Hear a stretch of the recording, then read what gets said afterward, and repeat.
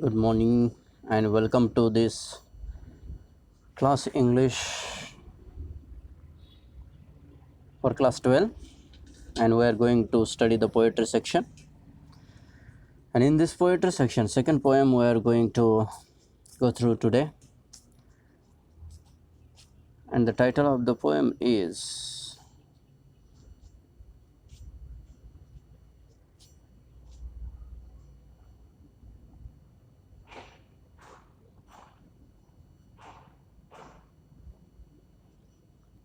An Elementary School Classroom in a Slum, written by Stephen Spender.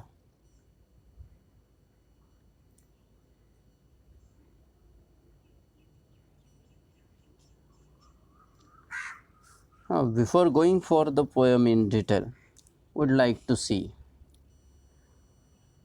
why do you think we read literature? We read literature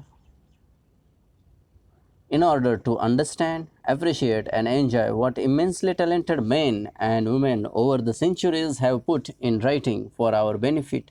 Emotions, moving experiences, suspense, creative use of language, great issues, etc. As we read, we make a personal response to the piece of literature concerned, relating its substance to our own personal experience, or to laugh, or to cry, or simply to enjoy. We will learn to study character, how a plot develops, and what makes poetry poetry. Now, before you read this poem, there are certain factors which would like to discuss over here. Have you ever visited or seen an elementary school in a slum? What does it look like? Answer can be in both the way. Yes, I have visited, or no, I have never visited any elementary school classroom in a slum. If your answer is yes, it may go like this. I have visited an elementary school in a slum. The school was in a pitiful state. Its dingy and neglected classroom were devoid of even basic amenities like fan and lights. Every single window was broken and bore marks of rust. And how the students in the classroom dealt with the outside noise or the winters was anybody's guess. The ceilings, too, were full of cobwebs, the furniture was broken and almost unusable. The walls of the classrooms were as shabby, malnourished, and disinterested as the students sitting in the enclosures. Even the teachers seemed to have lost their concern both for the students and their education. Moreover, I was shocked to know that the usage of toilets was restricted to the school staff. Now, this is a model answer only. A student can prepare his own answer also. Now, see these three pictures. In the first picture, we see the first alphabet, which is written on the notebook, scribbled a lot. The child is happily seeing at that letter. Maybe whenever we have learnt our first alphabets, A stand for apple, but these slum children might not have got apple to see. Second picture we see one boy is very happy and delighted to receive a book, either it is a textbook or notebook. Though the condition is not good, he is in a pitiful state, he doesn't have full clothes to wear, but still he is happy. His delighted face we can see. In another big picture at the right side, we can see there are some of the NGO representatives, non-governmental organizations, which are conducting classes for the slum area children.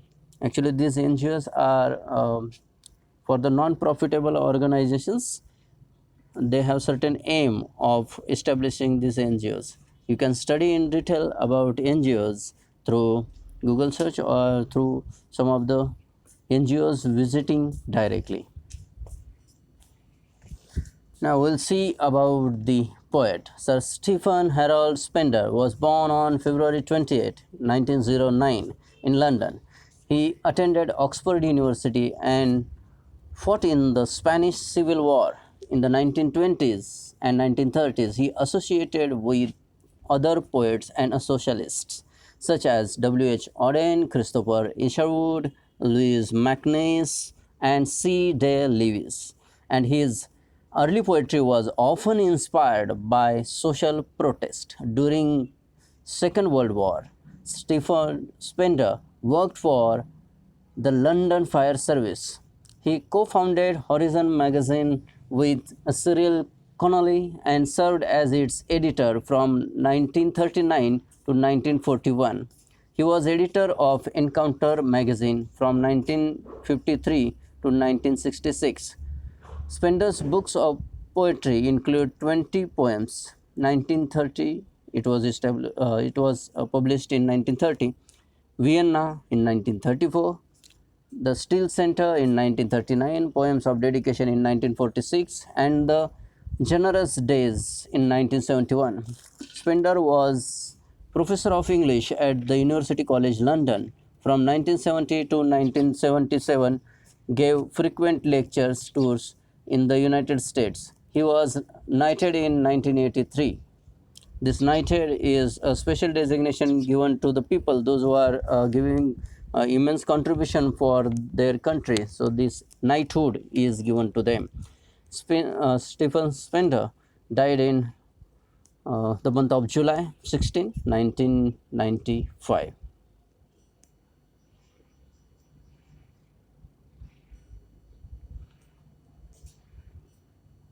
Now we'll go for one of the interesting poems which Stephen Spender had written. Let us see how his writing goes. We can see Stephen Spender's photograph over there, that is of the old days when he had snapped this one. I think continually. I think continually to of those who were truly great, who from the womb remembered the soul's history through corridors of light where the hours are suns endless and singing, whose lovely ambition was that their lips, still touched with fire, should tell of the spirit clothed from head to foot in song, and who hoarded from the spring branches the desires falling across their bodies like blossoms. What is precious is never to forget the essential delight of the blood drawn from ageless springs, breaking through rocks in worlds before our earth, never to deny its pleasure in the morning simple light, nor its grave evening demand for love, never to allow gradually the traffic to smother with noise and fog the flowering of the spirit. Near the snow, near the sun, in the highest fields, see how these names are fitted by the waving grass and by the streamers of white cloud and whispers of wind in the listening sky. The names of those who in their lives fought for life, who wore at their hearts the fire's center. Born of the sun, they traveled a short while towards the sun and left the vivid sign with their honor.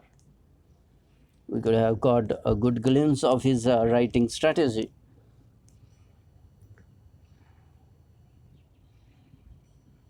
This is one another poem where we will see again Stephen Spender, but this is the young age picture of him. The poem is entitled as Daybreak. At dawn, she lay with her profile at that angle which, when she sleeps, seems to be carved face of an angel. Her hair a harp, the hand of a breeze follows and plays against the white cloud of the pillows. Then, in a flush of rose, she woke, and her eyes that opened swam in blue through her rose flesh that dawn. From her dew of leaves, the drop of one word fell like the first of fountains, murmured, darling, upon my ears the song of the first bird. My dream becomes my dream, she said, come true. I waken from you to my dream of you. Oh, my own vacant dream that dared assume the audacity of her sleep, our dreams poured into each other's arms. like streams. Such kind of poetry had written, but two world wars had ruined his romantic poetry, and finally he had gone for the description of how these strategic and disastrous world affairs are.